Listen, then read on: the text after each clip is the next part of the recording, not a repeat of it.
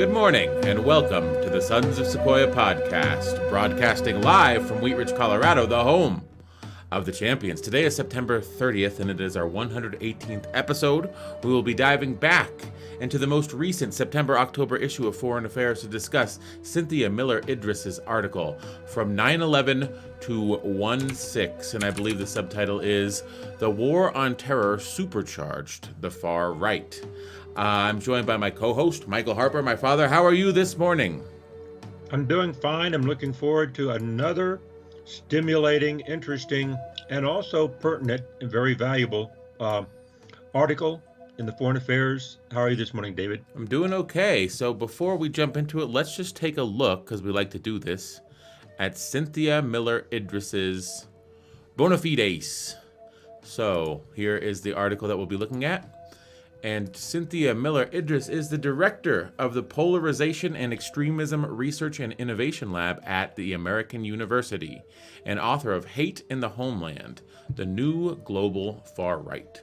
So this should be fascinating. I think it's one of those articles in Foreign Affairs where the title is what caused me to choose it, just because it's very, very in your face. And usually these articles are very well written, well researched from authorities, and it's the place to go to actually learn about the details rather than just the internet.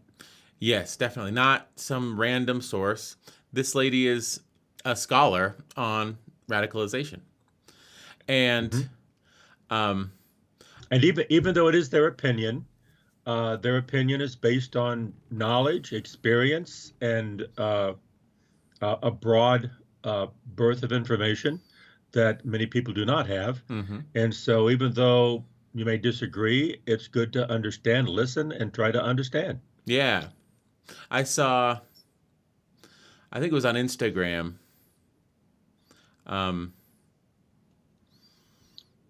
It was an article. Now I'm spreading the fake news because I didn't source this. I just saw someone post this. But 16 out of the 20 most shared articles during the 2020 presidential election came from foreign countries. They were fake news written by foreign countries. So it spreads like wildfire. The truth can a lie can make its way around the world while the truth is still putting on its boots. I believe that's a quote. But this is not exactly about that. This is From 9/11 to 16. The War on Terror Supercharged the Far Right. This isn't about misinformation. This isn't about. This is about the War on Terror itself supercharging the far right. So I think that maybe we should just jump into the article and see what it has to say. Sounds good, David. Okay, From 9/11 to 16. The War on Terror Supercharged the Far Right by Cynthia Miller-Idress. Radical ideas that are today considered right-wing, white supremacism, violent anti-government libertarianism, Christian extremism, have played starring roles in the American story since the very beginning.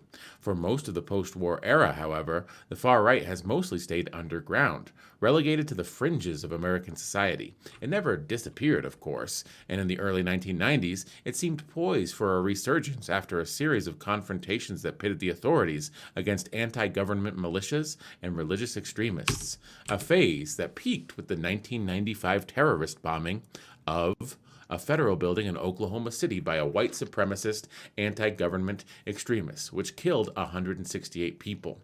By the dawn of the new millennium, however, those events seemed to be in the rearview. In the years following the Oklahoma City attack, a feared wave of right-wing violence did not materialize. If anything, the bloodshed seemed to further marginalize the far right. Fast forward 2 decades and the picture looks very different. The past few years have witnessed an explosion of far-right violence and the normalization of the extremist ideas that drive it. In the United States in 2019, 48 people were killed in attacks carried out by domestic violent extremists, 39 of which were carried out by white supremacists, making it the most lethal year for such terrorism in the country since 1995. In 2020, the number of domestic terrorist plots and attacks in the United States reached its highest level since 1994. 2/3 of those were attributable to white supremacists and other far-right extremists. In March of this year, the FBI had more than 2,000 open investigations into domestic violent extremism, roughly double the number it had open in the summer of 2017. Also in 2020, authorities nationwide arrested nearly 3 times as many white supremacists as they did in 2017. And last year, reports to the Anti-Defamation League of White Supremacist Propaganda and in the form of flyers, posters, banners, and stickers posted in locations such as parks or college campuses hit an all-time high of more than 5,000, nearly twice the number reported in the previous year. This trend is not limited to the United States. Although jihadis still pose the biggest terrorism threat in Europe, the growth of far-right violence is increasing. The top British counterterrorism official, Neil Basu, recently described right-wing extremism as the United Kingdom's fastest-growing threat. And in Germany, violent crimes motivated by right-wing extremism rose by 10% from 2019 to 2020. Amid this increase in violence, extreme right-wing ideas were becoming mainstream and were normalized, with far-right political parties gaining representation in more than 36 national parliaments and in the European Parliament. In the United States, Donald Trump's electoral success was both a cause and effect of this trend. His 2016 presidential campaign and his tenure in the White House were steeped in populist, nationalist, nativist rhetoric, which the far right perceived as a legitimation of their views. By the time the Stop the Steal campaign sought to overturn the legitimate results of the 2020 U.S. presidential election, with Trump's explicit encouragement, extremist ideas had taken center stage in American politics. The increase in far-right violence and the normalization of right-wing extremism together culminated in the January 6th attack on the U.S. Capitol, a brutal assault fueled by far-right ideas that had gone mainstream. The growth of the extreme right has been driven by many factors, including a reactionary backlash to demographic changes and a rising belief in conspiracy theories. It has been further accelerated by the megaphone of social media, as new online channels for amplifying and circulating ideas have significantly broadened the influence of far-right propaganda and disinformation, forged global connections across groups and movements, and created new ways for extremism to seep into the mainstream. Ironically, however, it was another form of extremism and Washington's reaction to it that in many ways set in motion the resurgence of the far right in the wake of the 9/11 attacks. The resurgence of the far right. In the wake of the 9/11 attacks, the rise of violent jihadism reshaped American politics in ways that created fertile ground for right-wing extremism. The attacks were a gift to peddlers of xenophobia, white supremacism, and Christian nationalism. As dark-skinned Muslim foreigners bent on murdering America, Al-Qaeda terrorists and their ilk seemed to have stepped out of a far-right fever dream. Almost overnight, the United States and European countries abounded with precisely the fears that the far right had been trying to stoke for decades. But it wasn't just the terrorists who gave right-wing extremists a boost. So too did the U.S.-led war on terrorism, which involved the near-complete pivoting of intelligence, security, and law enforcement attention to the Islamist threat, leaving far-right extremism to grow unfettered. In recent years, right-wing radicals in the United States and Europe have made clear that they are willing and able to embrace the tactics of terrorism. They have become, in some ways, a mirror image of the jihadis whom they despise. Western governments must act decisively to combat this threat. Launching a new war on terror, however, is not the way to do so. The fight against jihadi violence went awry in many ways and produced negative, unintended consequences, including by aiding the rise of the far right, which now possesses the gravest terrorism risks. In the fight against the new threat, policymakers need to avoid repeating the very mistakes that contributed to this dangerous new reality. That is section 1. What are your thoughts? Very, very, very interesting. Well, the first thing I think of that goes through my mind, and also from my background, is that when you keep trying to solve a problem and it doesn't work, you can't solve a problem by methods that don't work. Mm-hmm. You have to think a different way. You have to do something different. And second is that uh, are you really attacking the symptoms? Or are you trying to solve the problem and the cause? Another thought is that this didn't just come about, it's always been there. And I think that's what she's saying, that it's always been there. And what happens is it came to the forefront, and now we're seeing this unfettered. Yeah, it's unleashed, but it's always been there. And so another approach is saying, well, these kinds of people and thoughts and there's always going to be this. Some things don't change and people don't change. There's always going to be good people. There's always going to be evil people, people that want to take you down. That'll always be there. You can't eliminate that. But what you can do is control it. Mm-hmm. And it has not been controlled. You try to wipe it out. And wiping it out, you can fuel it. And you don't fuel it with the wrong tactics. Those kind of things that go through my head. And maybe that's what she's getting at. On how what was done did not eliminate anything.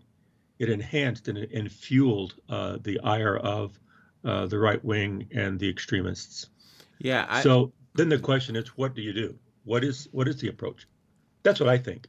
Well, I think it's fascinating because there needs to be a flashpoint, and that flashpoint was the Oklahoma City federal building bombing, and there was action taken against these right-wing militias. I remember I was just a little kid, but it was my uncle or my grandfather cut out a picture in the Denver Post because there was this fear of militias, these right-wing militias. Do you remember this?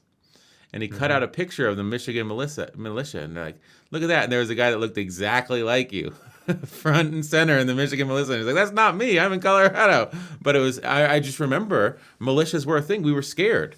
Are the militias going to take over a Capitol building in Michigan? That was a legitimate concern in the mid-90s. And I was, of course, just a kid. But I'm thinking of the great Norm Macdonald, who recently died. But, after 9/11, he had a bit where he's like, everyone's always worried about a terrorist attacking them. You know what? I'm not worried about a terrorist attacking me. You know what I'm worried about attacking me? My own heart.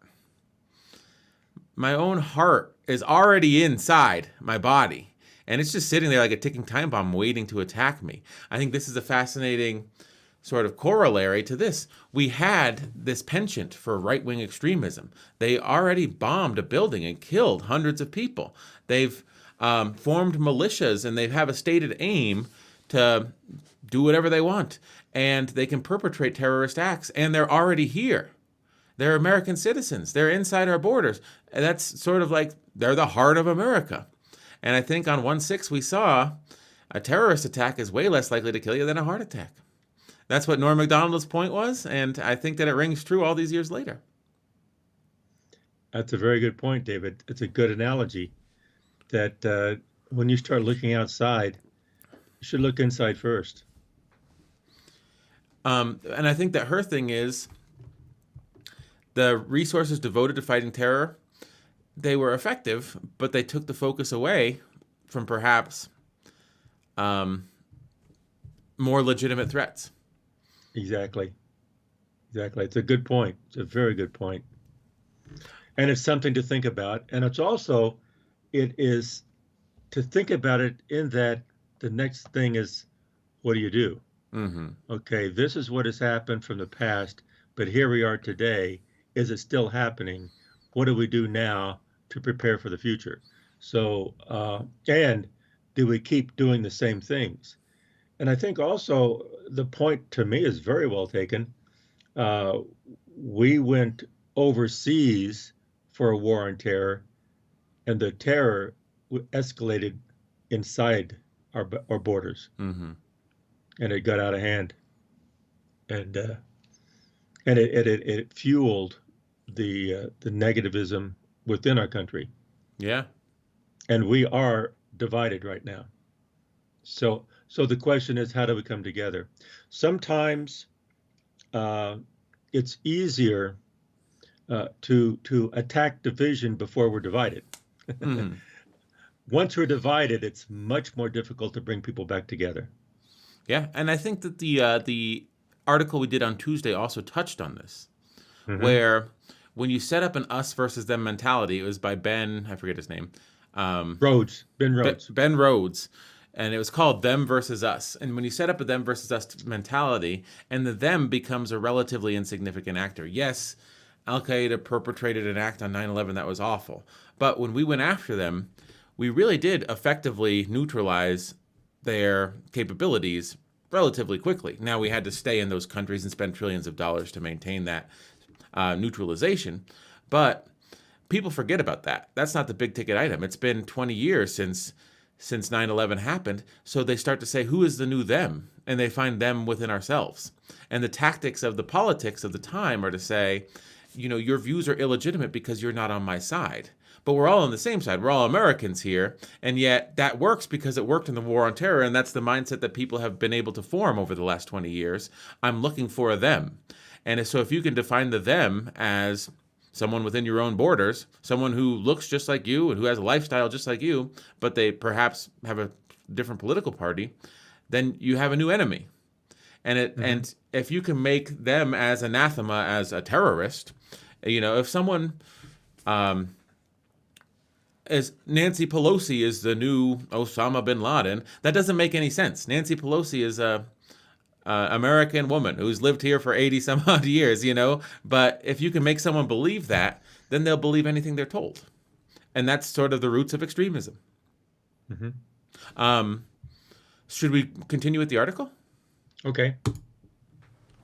Uh, Do you want to read? Arabian, yeah, Arabian Nights.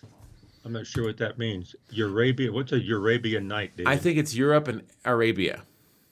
Oh, okay. Europe and Arabia. Arabian Nights. Very good. Okay. The modern far right exists on a broad spectrum and includes neo-Nazis, white supremacists, militias opposed to federal governments, self-described Western chauvinists, groups such as Proud Boys, alt-right provocateurs, conspiracy theorists, and misogynists who call themselves incels, short for involuntary celibates. What links these desperate elements is a conspiratorial worldview and a shared adherence to anti-democratic and illiberal ideas. A subset of them also support, at least in theory, the use of mass violence against civilian and government targets. Wow, what a paragraph. Although their ideas and iconography draw inspiration from the Confederacy, the Ku Klux Klan, the Nazis, and other dead and moribund movements, today's American and European far-right groups are more firmly rooted in much more recent developments. In the early 1980s, episodes of far-right terrorism struck France, Italy, and Germany as part of a rising neo-fascist and neo-Nazi movement in Western Europe. Those attacks were followed by a wave of neo-Nazi activity that swept through Germany and Eastern Europe during the period of rapid social, political, and economic change that took place in the 1990s, after the fall of the Iron Curtain and German reunification.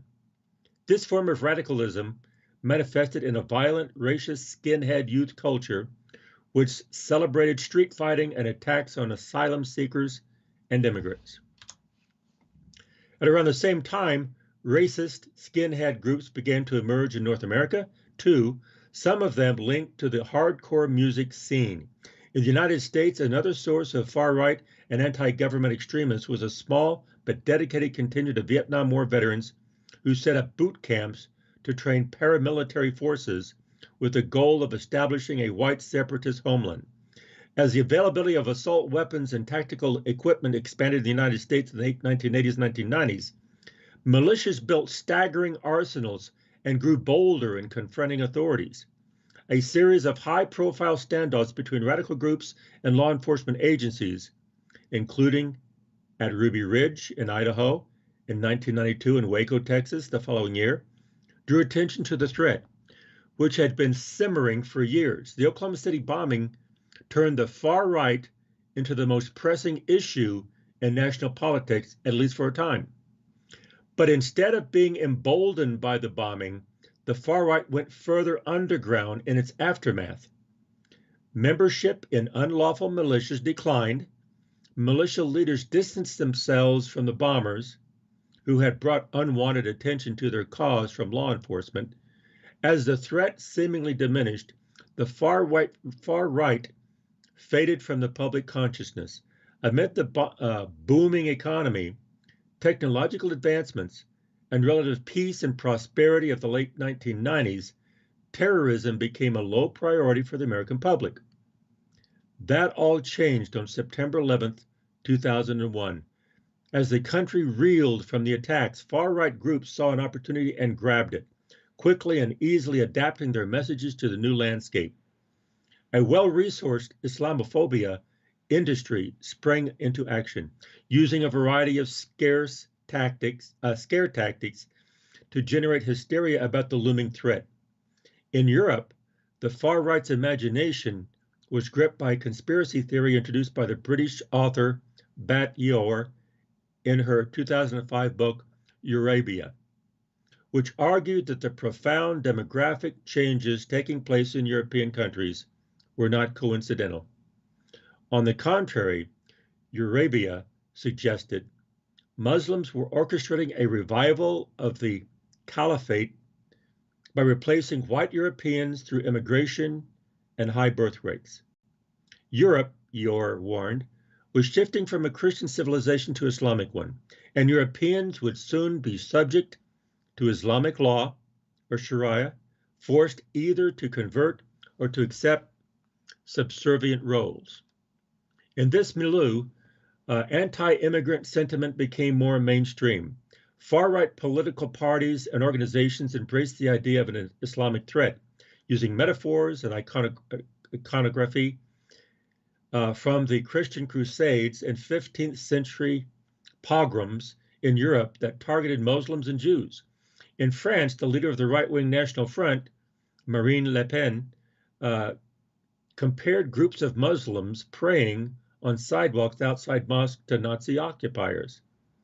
The Dutch far-right leader, Geert Wilders, described refugees as an Islamic invasion.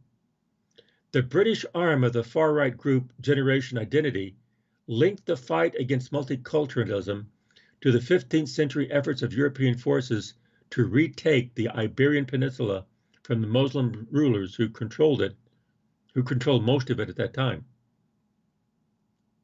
By 2015, tens of thousands of people were marching in cities across Europe under the banner of a group called Pegida, a German acronym for Patriotic Europeans Against Islamization of the West. Gatherings that sometimes led to violence between demonstrators and anti-fascist counter-protesters. During the 2019 elections for the European Parliament, the German far-right party, Alternative for Germany, put up billboards featuring a detail from Jean-Léon Gérôme's 1866 painting, The Slave Market, which depicts a naked white woman having her teeth and mouth probed by a dark-skinned, turban-clad man. The posters urged voters to learn from history so that Europe does not become Eurobia. In the United States, rising anti-Muslim sentiment found expression in a successful movement to prevent the building of a mosque near the site of a 9/11 attack in New York City, and in legislation passed in dozens of U.S. states to thwart non-existent efforts to subject residents to Sharia. After the election of the first black president in the U.S. history in 2008, record-breaking numbers of hate groups emerged. The anti-government fringe that had gone quiet after the Oklahoma City bombing resurfaced, with calls for insurrection and revolution coming from militias such as the Oath Keepers and movements such as the Three Precenters, whose name was inspired by the false claim that it took only 3% of the American colonists to successfully rise up against the British. Starting in 2014, North America also witnessed a spurt of violent attacks carried out by incels inspired by male supremacist ideology, leading to the deaths of dozens of women, including in mass shootings at a college sorority and a yoga studio, and in a vehicle ramming attacks on the streets of Toronto. In 2016, the Proud Boys arrived on the scene, engaging in street brawls and claiming to stand in defense of Western civilization. Well, there you Wow. go. Yeah, pretty scathing. Yeah, and I know that if you're inculcated in the Fox News, Newsmax, OAN sphere, the first thing you'll go to is what about Antifa? But I think it would be much more difficult to put together a list of events where dozens of people were killed. That's documented in newspapers, like this lady just did for far right groups. And Correct. and that being said, what about Antifa is not a defense for the rising incidences of violence among these groups. Do you see what I'm saying? Mm-hmm. It's like if I go and if I go to PetSmart and I beat up the kittens, and the police come and they arrest me, and I say, but what about all the people that beat up humans? Why aren't you arresting them? That doesn't mean that I didn't do something wrong. Do you see what I'm saying? Mm-hmm. Mm-hmm. So I don't know. I want to say, what would a Fox News segment on this last section be? It would say, what about left-wing violence? And the question is, okay, enumerate 10 to 15 examples of left-wing violence over the last 15 to 20 years where people lost their lives. Now, that would be a good question after that, you know? Where dozens of people lost their lives. Mm-hmm. Yeah. True. True. But, to me, this section, she's not really proposing anything. She's laying foundation and a groundwork of what I think she's getting ready to say, no, this is what has happened. Mm-hmm. This is where we are. This is what happened. This is where we are. This is where we're going. But I don't hear any solutions to this. I think you're going to be disappointed with this article. I think this article is showing the security posture, the prevailing ideas after 9/11 are what led to 1/6. And I don't think there's going to be too many solutions, except for maybe to imply that prevailing ideas and the security posture of a nation can influence extremism within its borders. So what should our security posture be going forward? And hopefully that'll tamp down on far-right violence. It's a trickle down. I think that may be the ultimate proposal. Well, so far, she's laying down facts. She's Mm-hmm. laying down the far right. She's approaching it from the far right, looking at what's happening, because that's where the violence is, and if you think about it, sometimes you do have to look at the history, and you do have to step back and look at the reality. And I think that's what she's doing. This is exactly what happened. Mm-hmm. Don't ignore it. By saying, well, what about the far left? Well, that's ignoring the facts of the present. Yeah. That's not an argument. And actually, that's what I'm sure there's a logical.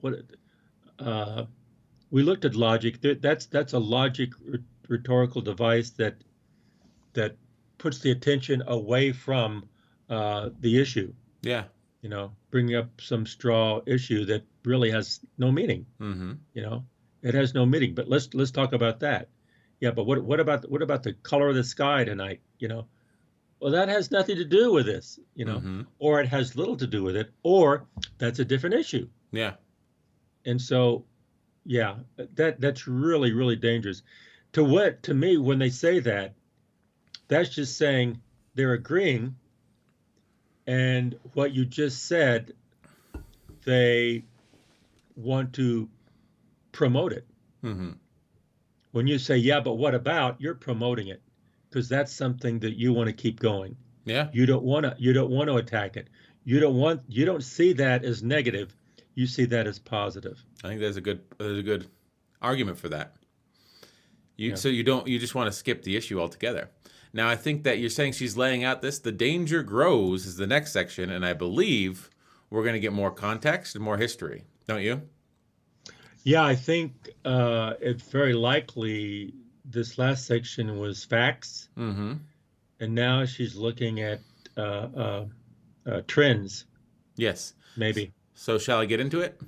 Yes, go right We're, ahead. we're back in the article. The danger grows. In the midst of this explosion of far right activity, national governments and international organizations remained laser focused on jihadi terrorism, building new agencies and spending billions of dollars.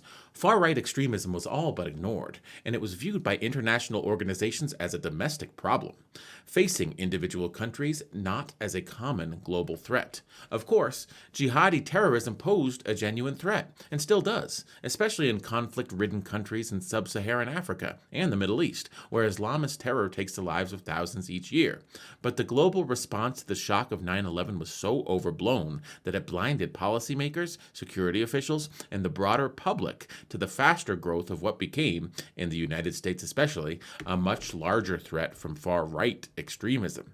As a result, right wing terrorist attacks were treated as fringe incidents rather than as a persistent and growing danger to national security, one that now outstrips jihadi terrorism in terms of the toll on Western societies. Even the most spectacular and gruesome far right attacks have failed to galvanize counterterrorism agencies in the West. In Norway in 2011, for example, a far-right extremist named Anders Behring Breivik murdered 77 people, mostly teenagers attending a Labour Party summer camp outside Oslo. Breivik had composed a 1,500-page manifesto in which he railed against Islam, warned about the coming of Eurabia, and cited U.S. anti-Muslim activities at nearly 200 times. His assault received a high degree of media attention, but was often presented as an anomaly, and Breivik himself was sometimes portrayed as a mentally unhinged mass murderer rather than a terrorist, even though his violence was explicitly political.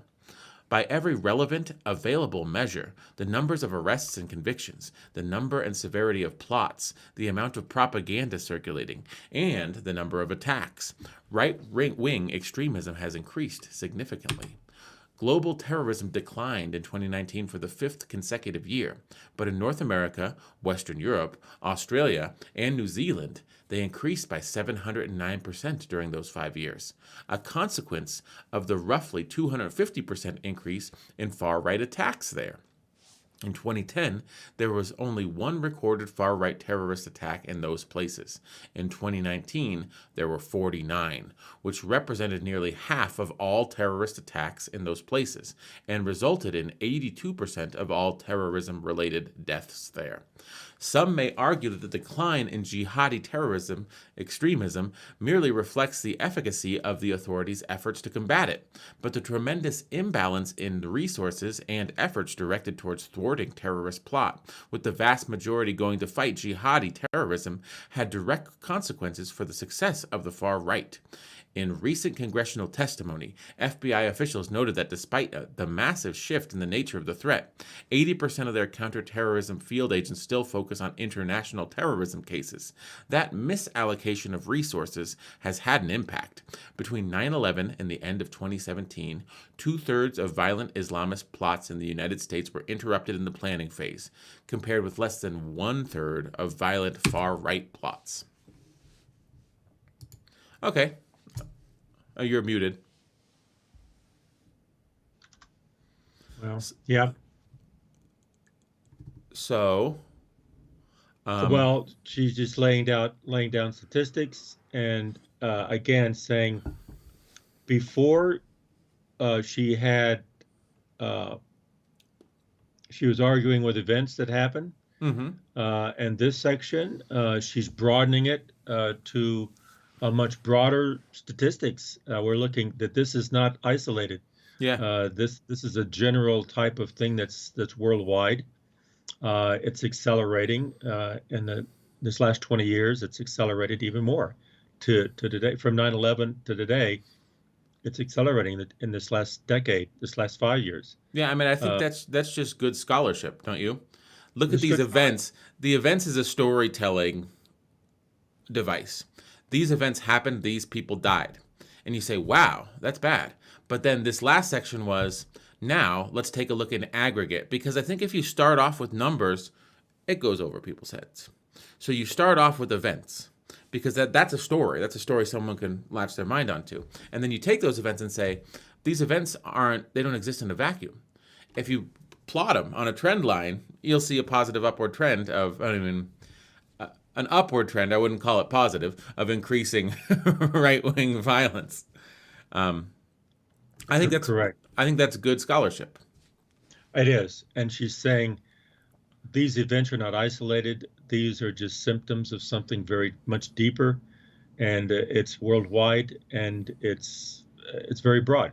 Mm-hmm. And it's also recent. Look at these dates: 2019, 2017, 2018. They're recent dates. So we're not talking about 1989. We're talking about 2019. Mm-hmm. And it reminds me of the last article we read on Tuesday, where the United States is a giant ocean liner. Mm-hmm. So we're seeing these trend lines in the last 10 years. It's difficult to change course. It's difficult because these institutions have so much institutional inertia to switch focus. What she's saying is it couldn't be any more clear that if you take a look at the incidences of terrorism and the trend lines of terrorism, a strategic shift in focus is absolutely necessary. She's laying out the case for that. I think that's well said, David. I think that's exactly the takeaway from this article. It's not just facts, it's not just stories, it's not just statistics. It's saying here is the groundwork for a change in strategy going forward. So, shall we continue with the article? Okay, the metabolics of hate. Metapolitics. Oh, sorry. The metapolitics of hate. Thank you, David. Okay, ready? The article. The post 9/11 resurgence of far-right violence reflected reactions to changing social conditions, the rise of jihadism, the opportunism of political provocateurs, and the myopia of the war on terrorism. It was also rooted, however, in an intellectual project launched in the late 1960s by a group of French thinkers called the Nouvelle Droite, New Right. Some referred to this group, which included Alain de Benoit and Guillaume Fay, among its founders, as the Gramscians of the right. Did I pronounce that right? Gramscians, but yeah. Gramscians of the right, because of their adoption of the Marxist Italian thinker Antonio Gramsci, called to spur revolution not by physical force, but by gaining control over how people think through education and cultural change. They adapted that approach into a concept called metapolitics, a term the New Right used to describe their effort to foster ethno-nationalist and anti-immigrant ideas, and then introduce them into mainstream thought in ways that would eventually lead to political and social change. Metapolitics was an exercise in patience, requiring a view of politics as downstream from culture. In the words of the late right-wing American activist Andrew Breitbart, in practice, the strategy involved using academic and mainstream media outlets to critique globalization and liberal democratic concepts such as egalitarianism and multiculturalism, and argue in favor of ethnic separatism and homogeneity. Such ideas were controversial but influential. In 1978, Den Benoit won France's most coveted intellectual prize, the French Academy's prestigious Prix de l'Essai. After nearly 50 years, this long game finally bore fruit. Ideas that had once been relegated to the fringes seeped into the public discourse, helping justify hardline anti-immigrant policies. In the early years of this century, stridently far-right political parties made substantial gains in national parliamentary elections across Europe, often by giving even the most vapid extremist ideas the veneer of respectability by draping them in the trappings of intellectualism, an approach perfected by the AfD, which was nicknamed the Professor's Party, and by alt-right figures in the United States, such as Richard Spencer. Right-wing metapolitics formed a feedback loop, with political ideas eventually flowing back upstream into the culture when, for example, far-right agitators slapped white supremacist slogans and icons onto hip clothing designs, which many young people then wore to seem rebellious and ultras on social media. During the past decade, far-right groups had succeeded enough to move past metapolitics and could embrace more traditional forms of politics, not only by launching political parties, but also by putting forward something akin to a grand narrative to unify the disparate parties of the movement. A conspiracy theory about coming great replacement of European and white civilization. Coined by a French scholar in a 2011 book by the same name, the term describes an alleged plot by global and national elites to replace white Christian European population with non-white, non-Christian ones. The idea is a kind of greatest hits of right-wing extremists, combining the anti-Muslim ideas of Eurobia, American-style white nationalism, and age-old anti-Semitic tropes about Jewish domination. The conspiracy theory is powerful because it is remarkably flexible. A right-wing extremist can adopt the framework against virtually any perceived threat, be it Jews, Muslim immigrants, or even white progressives. In 2019, a terrorist in Christchurch, New Zealand, live-streamed his murder of 51 Muslim worshippers in 2 mosques after writing a manifesto he titled The Great Replacement. Less than 5 months later, a terrorist killed 23 people in a Walmart in El Paso after posting a hate-filled manifesto that warned of a Hispanic invasion of Texas, and that claimed that white people were being replaced through immigration. Wow. Well, Yeah.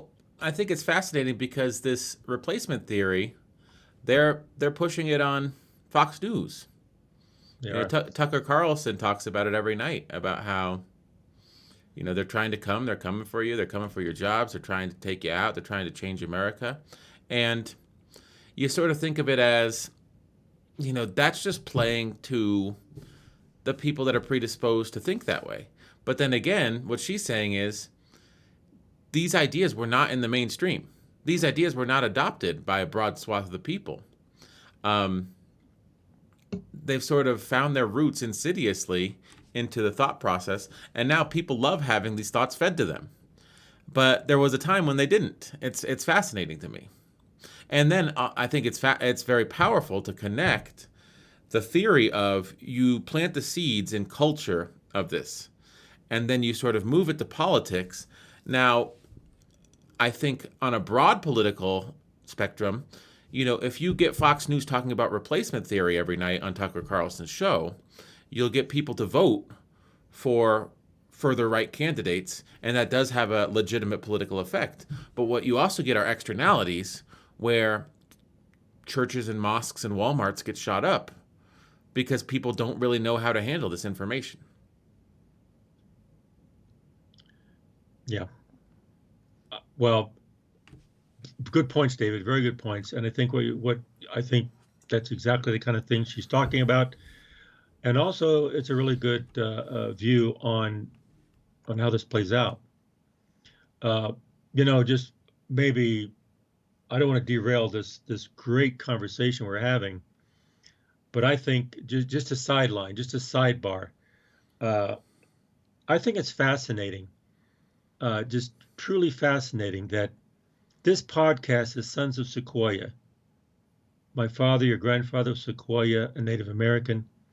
And all these people talking about replacement theory are sons of immigrants. Mm-hmm. They're not Native Americans. They are immigrants. This country was built on immigrants alongside Native Americans. And Native Americans embraced them, accepted them, helped them get started here. And now they are rising up and saying that we don't want that. Yeah. But that's where they came from. And so it's not about logic. It's not about intellectualism. to me, it's just about hate. Mm-hmm. Going back to the last article, it's us and them. It's just hate. And it says, today you're my friend, tomorrow you're my enemy. That's the mentality that we are moving toward. And when you do that, when everyone's your enemy, and we saw that also where in Afghanistan, looking at the history of Afghanistan, we should look at the history of Afghanistan also. They did the same thing there. They came together, then they turned against one another. So the idea is that what's happening here is that we're beginning to fall. All these movements is, oh, that's sad. No, it's not. It's a harbinger of doom. We're beginning to fall. I think, though, being able to recognize this, being able to sort of have a discussion about it, a scholarly and measured discussion about it, and then, like you said, okay, this is interesting. What are the solutions going to be? How do we proceed? I think that's the only thing you can do.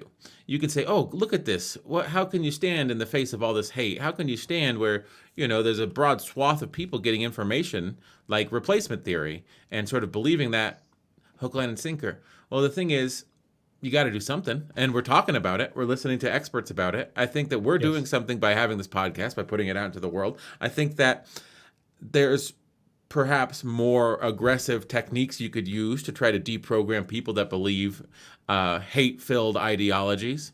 And your initial point about, indigenous peoples, the El Paso shooter talked about the Hispanic invasion of Texas. The fascinating thing to me is that, insofar as any of these Hispanics had Spanish and indigenous blood, they have a greater claim to Texas than a white person. They do. If you're doing, their bloodline extends further in this land, I guess, if you want to look at it that way. So, like you said, it's not about logic. It's not about reason. It's about, I think it's about hate. And also, David, where do we start? How do we make this? What are the solutions? And maybe the first thing that needs to happen is for people to say, for people to have the ability to say, maybe I'm wrong. Mm-hmm. Maybe I'm wrong, and let me listen to other voices that are against me. And let's be honest with ourselves. And let's be honest with reality. Mm-hmm. And don't fall down these rabbit holes that are falsehoods. Maybe that's the start. To say, maybe I'm wrong. Mm-hmm. So, blowback. We still have not gotten to her proposed solutions, right? Yeah, but she's really laying out a really strong case that we're in trouble. Mm-hmm. And I believe just blowback, the title of this next section, leads me to believe that we're not going to get too many solutions in this section as well. But I'll read it anyway. Blowback, and we're back to the article. The anti-Muslim propaganda and conspiracy theories that eventually merged into the Great Replacement narrative were in many cases inadvertently aided by counterterrorism policies that muddied the distinction between Islamist terrorism and Islam. In the wake of 9/11, counter-extremist approaches such as the so-called PREVENT policy in the United Kingdom or the New York City Police Department's Muslim surveillance program targeted ordinary Muslim communities. A full decade after 9/11, the FBI was using Islamophobic training materials that described ordinary Muslims as terrorist sympathizers whose charitable donations were a funding mechanism for combat. For far-right activists, such practices seem to confirm that Islam itself posed an existential and civilizational threat.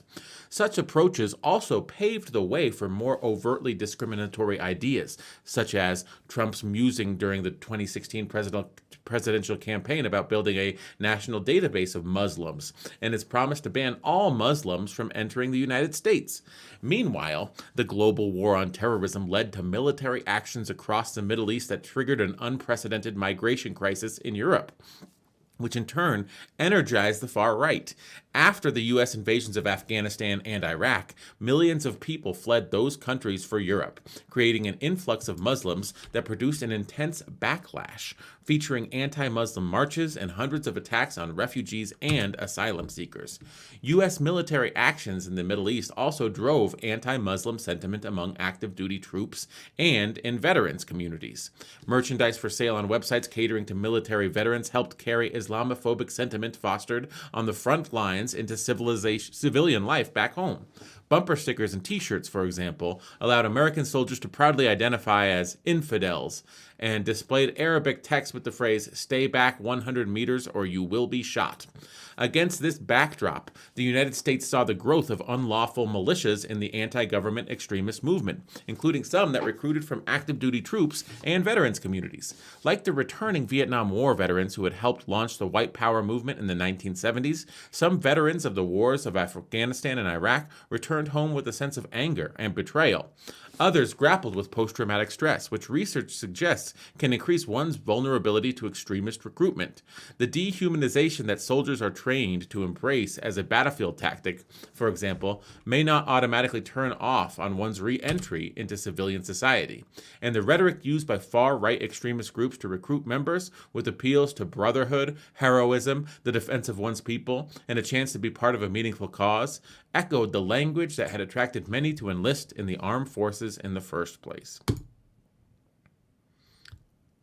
You're muted.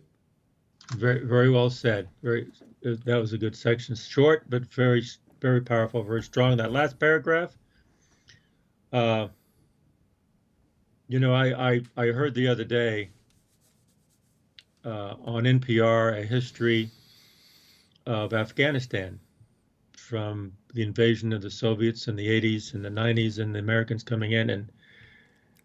And the history was fascinating because the people grew up with war. They grew up with terror. They grew up with hating the Soviets and then hating the Americans. And they grew up with how to fight. And all they knew was war, and all they knew was hate. And they were indoctrinated. Their religion was that. And they talked about how movement of people and how the training from childhood. And so in this last paragraph, they talked about the troops, the U.S. troops that were trained usually in their 20s, and then they go over there and they come back in their 30s and they're changed. Well, what happens if you were trained ever since you were from birth? Mm-hmm. You're not going to change. And so we go into other countries and say, well, this is what you need to do because this is how we've done it. And they're not going to listen to you. So how do you combat that? And I don't think that military combat does not erase the hate. I think it accelerates it. It inflames it because that's all they know. And so you're feeding right into their paradigm. Mm-hmm.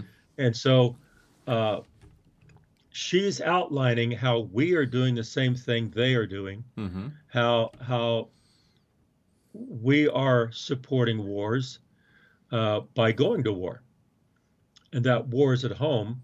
And so people always have that within them. People have hate in them if it's fueled. Yeah. Somehow you have to defuel the hate and bring unity. And maybe that's going to be part of the solution. Maybe. I'm not sure we're going to get a solution in this article. But I think before we move on, I want to say, we talked a little bit about, we watched the Nexium stuff. And we watched Adam Newman. We didn't do a podcast on this, but Adam Newman and the WeWork stuff. But appeals to brotherhood, heroism, defense of one's people, a chance to be part of a meaningful cause.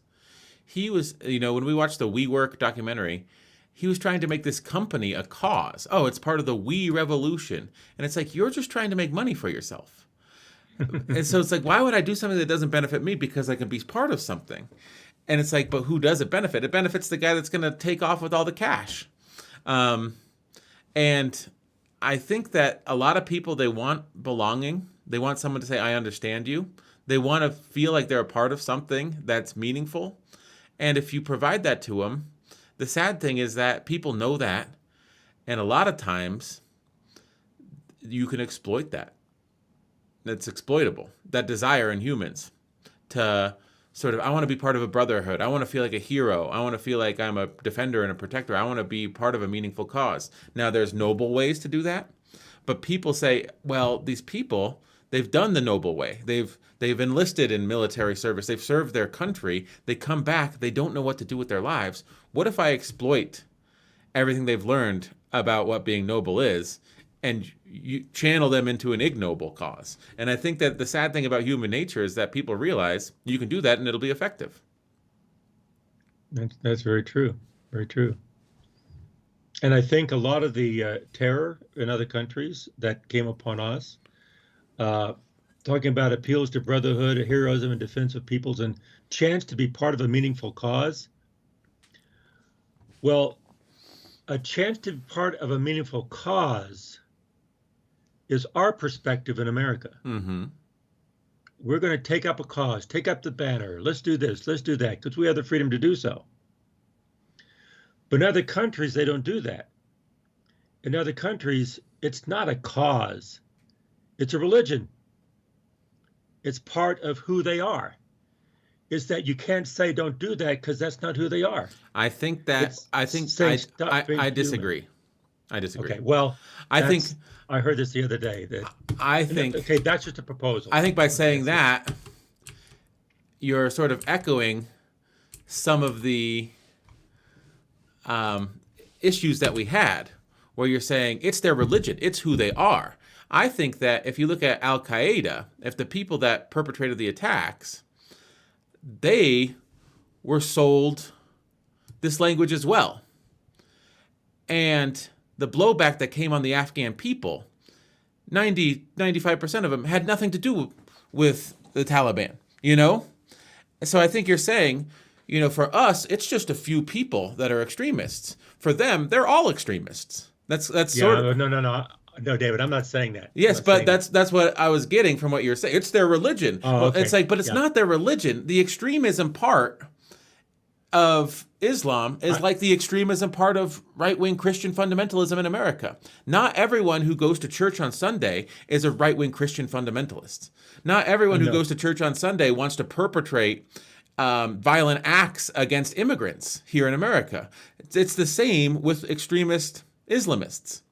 Not everyone who worships Allah is a terrorist. And I think that's an important distinction to draw. Thank you, David. Thank you, because that's not what I meant. Thank you very much. What I meant is that in the United States, these extremists, they have a cause, and they might use religion for that cause, but it's all about the cause. And terrorism, their terrorism and their hate is steeped in it's the Islamic State, and it's also it's as a religion. It's more of who they are, and they can't move away from that. But do you think that, you know, here in America, if you commit a terrorist act, if you're a domestic terrorist, Tim McVeigh, he was just misguided.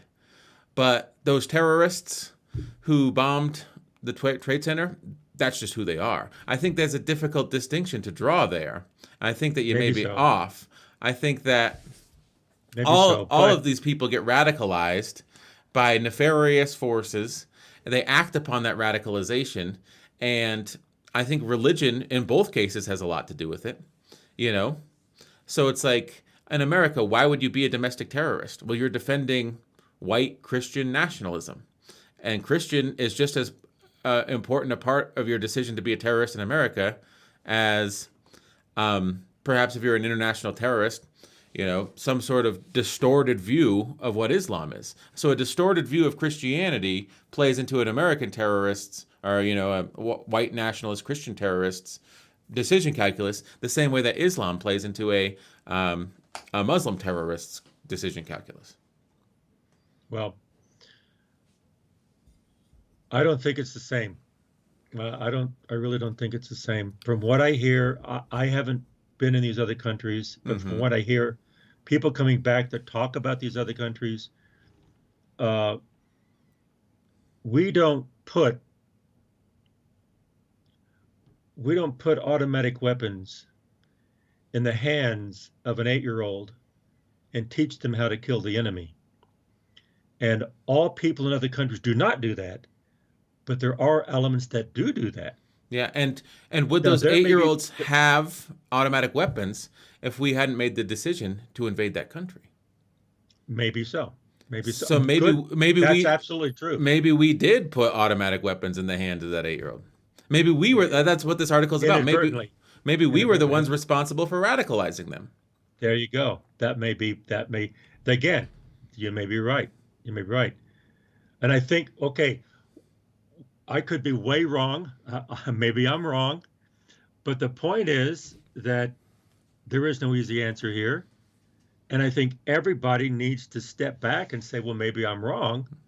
But let's think about what everyone has to say, and let's get to the root cause of these things, instead of just going off on just theories that have very little, and in some cases, no facts, based on no facts.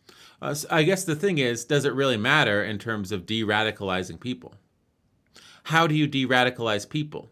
Well, I think with your postulation, it's like, well, I think that these domestic terrorists can be de-radicalized because they didn't grow up in a war zone. So how do we de-radicalize domestic terrorists and stop the rise of right-wing Christian nationalist terrorism? We can do that. That's actually not a futile cause because they didn't grow up in a war zone. Is that what you're saying? Well, what I was getting at is that when you have radicalism, people are not going to be radical unless they have it in them. Okay, but then if you take a 20 and 30-year-old and all of a sudden you radicalize them, then they are prone to do that. But if they have radicalism from birth, it's much deeper set. It's much deeper set. And when we went into Vietnam back in the 60s, in the 50s and 60s, did we cause a long-term undertow of hate against the Americans because we were there? So my point is, it's different for people who are taught and when they're older than people who are taught when they're younger and that's all they know. Yeah, although I'm thinking a lot of these right-wing Christian nationalists, the guy that shot up El Paso, these specific events, my guess is the radicalization began when they were children. You look at the early 90s, okay. We had this problem. The 1995 Oklahoma City bombing sort of turned the tides on, this right-wing extremist nationalist terrorism. Now, there was this huge cohort of people in the early 90s who ascribed to right-wing nationalist terrorism. Now, if you're 30 years old, your parents may have been one of those people who ascribed to right-wing nationalist terrorism in the early 90s. If you're 30 years old, if you're a full-grown adult, there was this huge swath of people across the United States. So these people, you just say, oh, they may have gone to war and, they experienced something. No, they may have been radicalized since birth. And I think that it's hard to just imagine, oh, in America things are different because I'm from America and I know my experience. I don't think you know the experience of someone that grew up in America that didn't have your experience. So every place is different. David, what you're saying, I think you're right. I think I could be wrong. And I guess what you're saying and what I'm beginning to think is that what I said, I understand, and I don't pull back from that. It's true. But what I said about the America was wrong. So maybe they are the same, but just a different way of doing it. Mm-hmm. They both were indoctrinated from birth, just different ways. Mm-hmm. So we're just fueling the hate, and so somehow societies have to get away from fueling hate, and somehow we need to not fight the terrorism at the surface, but fight the cause, which is hate. Yeah. Well, shall we Well, continue with the article? there's another section. Another war on terror. Is this mine? I think so. Okay. The good news is that the upsurge in far-right violence has finally commanded the attention of counterterrorism officials. A scramble to realign resources and assemble expertise is now underway. From the UN Security Council to national parliaments to militaries and security agencies, there are currently dozens of commissions, special task forces, briefings, listening sessions, and investigations taking place across the globe to explore ways to counter the new threat. Some countries have already announced new legislation. Germany, for example, plans to spend 1 billion euros on 89 specific measures to counter racism and right-wing extremism. And New Zealand's wide-ranging response to the Christchurch attack includes proposed changes to hate crime legislation and counterterrorism laws, the establishment of a new ministry for ethnic communities, funding to enhance securities for communities particularly threatened by terrorism, and the creation of a new national center for social cohesion and prevention of extremism. Changes are afoot in the United States as well. In October 2020, the Department of Homeland Security's annual threat assessment finally declared domestic violent extremism to be the most pressing and lethal threat facing the country. A few months later, the January 6th attack on the U.S. Capitol brought that reality into sharp relief. In June of this year, the Biden administration released the country's first ever National Strategy for Countering Domestic Terrorism, which emphasizes preventing radicalization by strengthening media literacy skills and building resilience to online disinformation and the need to address the underlying conditions that help fuel domestic extremism, including racism and insufficient gun control. This represents a welcome change, but the implementation of new policies around the globe will encounter significant challenges as the West pivots from the prior era of terrorism. The problem is partly structural. The strategies designed to combat jihadi terrorism, surveilling and monitoring hierarchical groups of leaders and cells, are a poor fit for the post-organizational nature of far-right extremism. Formal groups play a diminishing role in far-right recruitment and radicalization, which more typically take place in a vast and ever-expanding online ecosystem of propaganda and disinformation. Only 13% of the far-right terrorist attacks in North America, Western Europe, Australia, New Zealand, between 2002 and 2019, that resulted in at least one death, were attributable to a specific group. Today's far-right extremism involves fewer backwoods initiation rituals and attacks by cells, and more self-directed training and solo operations, live-streamed for global audience. The motivations and ideologies of far-right groups are more muddled than those of the jihadi groups, of which most terrorism experts are accustomed. The far-right universe includes preppers, vegan neo-Nazis, anti-vaccine activists, QAnon followers, and thousands of unclassified radicals who have assembled bits of far-right propaganda into choose-your-own-adventure belief systems that don't always make such sense to outsiders. Some far-right groups promote LGBTQ rights and women's rights, for example, in order to draw supporters from the progressive left by arguing that they are defending what they claim are Western values against Islamic aggression. Or consider eco-fascists who back border closures as a way of protecting and preserving terrorists threatening by climate change, not for the good of humanity, but for the benefit of white people who they believe have a blood and soil entitlement to those lands. Combating these threats will revolve less around the surveillance and monitoring that we signature that were signature tactics in the global war on terrorism and more around building societies resilience to propaganda and disinformation. The politics of fear practiced by many officials and leaders in Western countries in the post 9/11 era clearly contributed to right-wing radicalization. By encouraging people to feel that they lacked control over their own lives, to see themselves as vulnerable, and to fear outsiders, this style of politics opened a door for extremists who marched right through it. So fighting the far right will also mean more fully abandoning the civilizational logic that undergirded the war on terrorism, sometimes consciously, sometimes inadvertently.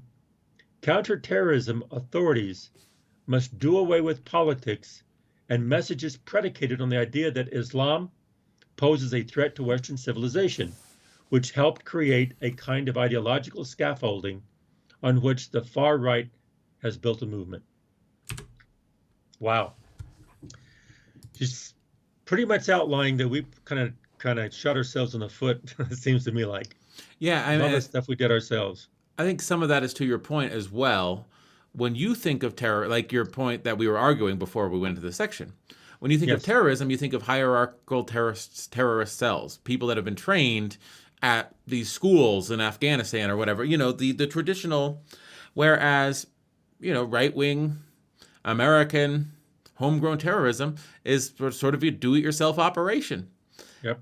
And it's not directed by any group. There's no Al-Qaeda for far-right Christian, terrorists here.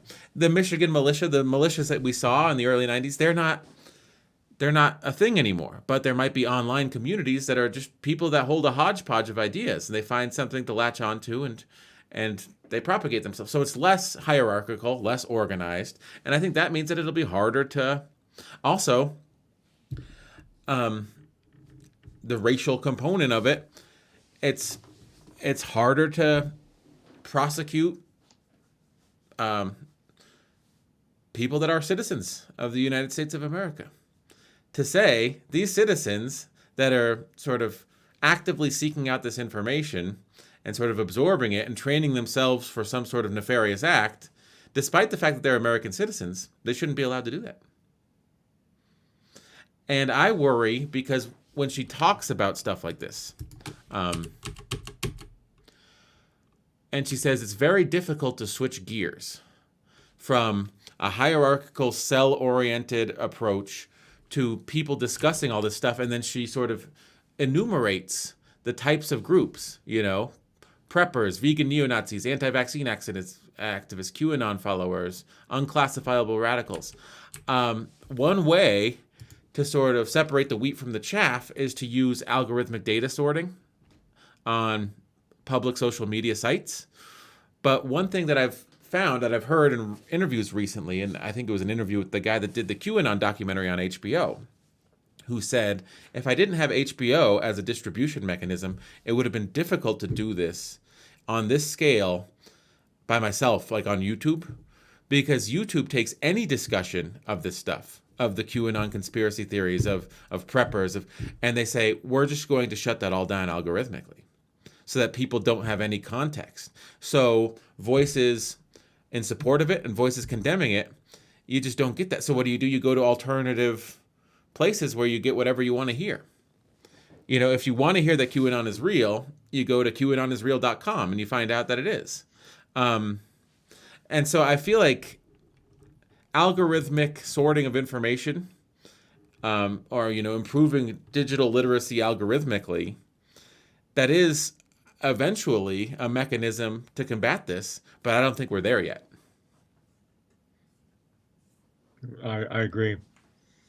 Well, now she is posing approaches to combat this, but to me, she's really saying we need to look internally, and military is not going to be a solution to this, military intervention. Well, also, I think her point is this military intervention sort of fueled the flames of what's happened at home. That's true. So, establishing domestic programs and, tolerance centers or whatever, that seems like that's a good way to proceed. It's obvious. But if your argument is warmongering abroad brought this on ourselves, maybe the solution is, and you don't want to say it, is maybe we should stop warmongering abroad. Or if we want, or change our tactics. I think it's a new world and we have to rethink how we do things. And I think rather than us going in, for example, and rather than us going in and making things happen, we should start creating alliances all around the world, very strong alliances, to where we collectively move toward a better world. Rather than looking at a better America, you can't have a better America with everybody against you. You have to have a better world. So maybe instead. Now we, as in the American government, and so if we form an alliance with Europe and Latin America and Africa and Asia for a better world, how does that keep some 24-year-old kid who's inculcated in right-wing terrorist conspiracy theories from perpetrating an act? Initially it doesn't. I think long term it will. And like she's saying, you have to get away from acts that encourage those types of behavior. Yeah. And engage in acts that undermine that kind of behavior. And you become more and more of the outward fringe. And those 24-year-olds will still harbor those feelings, but not have an opportunity to act because there's no opportunity then. Yeah, or you redirect the culture to where they use that aggression in a different area, perhaps for less nefarious means. Exactly. Should we finish the article? Yeah, go ahead. Tomorrow never knows. Tomorrow never knows. In the weeks after January 6, Washington, D.C. became a militarized zone. Wide swaths of downtown were fenced off, with military checkpoints on the bridges and more than 25,000 National Guard forces deployed to secure the city before President Joe Biden's inauguration. Perhaps Americans will simply become used to these security measures, just as global travelers came to accept the beltless, shoeless shuffle through airport security. To avoid that outcome, U.S. counterterrorism officials will have to get better at prevention. There is little evidence about what works to prevent radicalization or help people disengage from extremist movements, and even less knowledge about what kind of interventions can be effectively scaled up. Other countries take holistic approaches, involving agencies that deal with health and human services, culture, education, and social welfare. U.S. expertise, however, remains concentrated in security and law enforcement agencies, although Biden's new national strategy signals a shift, envisioning a coordinated multi-agency effort to reduce polarization, limit access to firearms, and combat racism. Perhaps the single most important lesson to draw from the far right's mobilization over the past 20 years is that liberal democratic ideas and institutions must be nurtured through education and not just defended by force. The best way to fight an omnipresent extremist fringe is not through suppression alone, but by making mainstream society more resilient and less vulnerable to far-right appeals. This is the defensive democracy approach that Germany pursued after World War II, which involved sustained federal investments in scalable, evidence-based media literacy programs to strengthen citizens' support for multicultural democracy and its core tenets. It requires giving all citizens the tools to recognize and reject extremist propaganda and disinformation. Federal agencies cannot do this job on their own. Such efforts work best when integrated with initiatives at the local level, where leaders enjoy more trust and are better equipped to understand their community's needs. Security and law enforcement agencies still have a role to play, but authorities should broaden the pool of experts who advise them on terrorism. Agencies full of experts trained overwhelmingly in Islamist sources of terrorism have struggled to recognize and respond to the far-right threat. Governments should forge teams of cross-agency experts in social work, psychology, and education, and on topics such as cults, gangs, gender-based violence, racism, and trauma.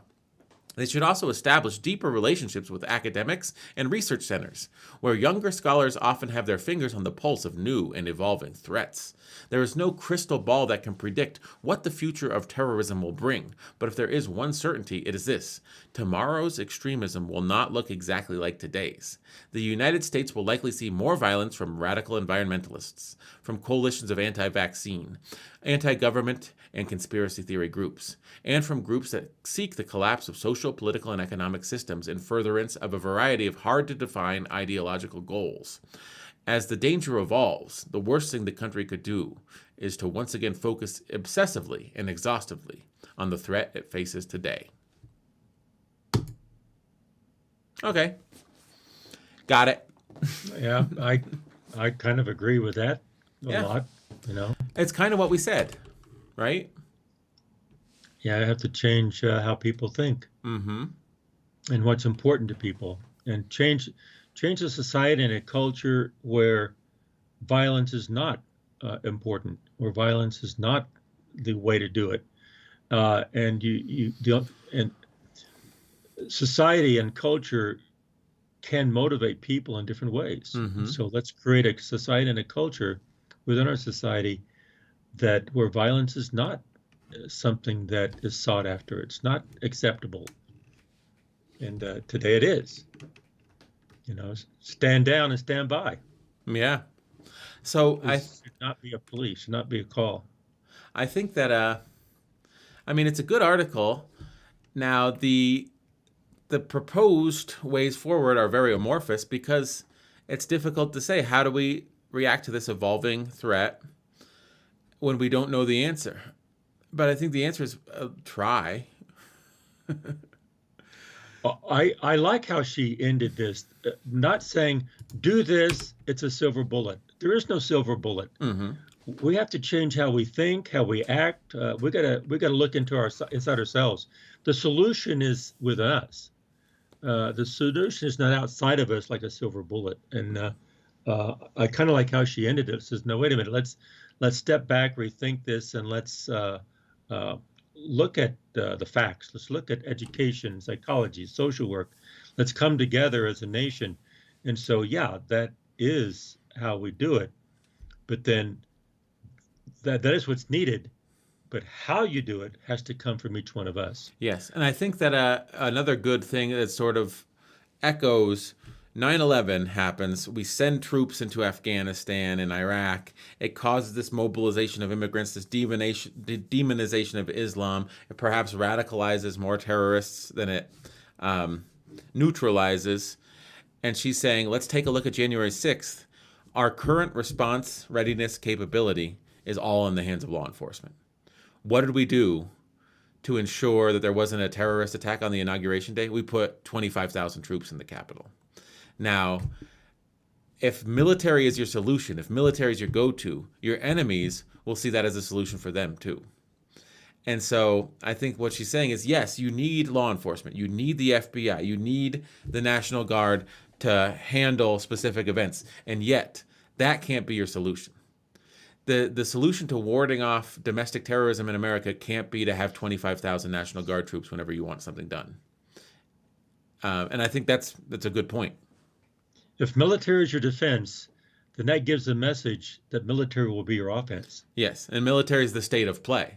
If education and bringing in scholarship and focusing on psychology and media literacy is your playbook, if you devote resources to that, that'll sort of leach its way into the state of play, at least a little bit, more than just pure force, guns.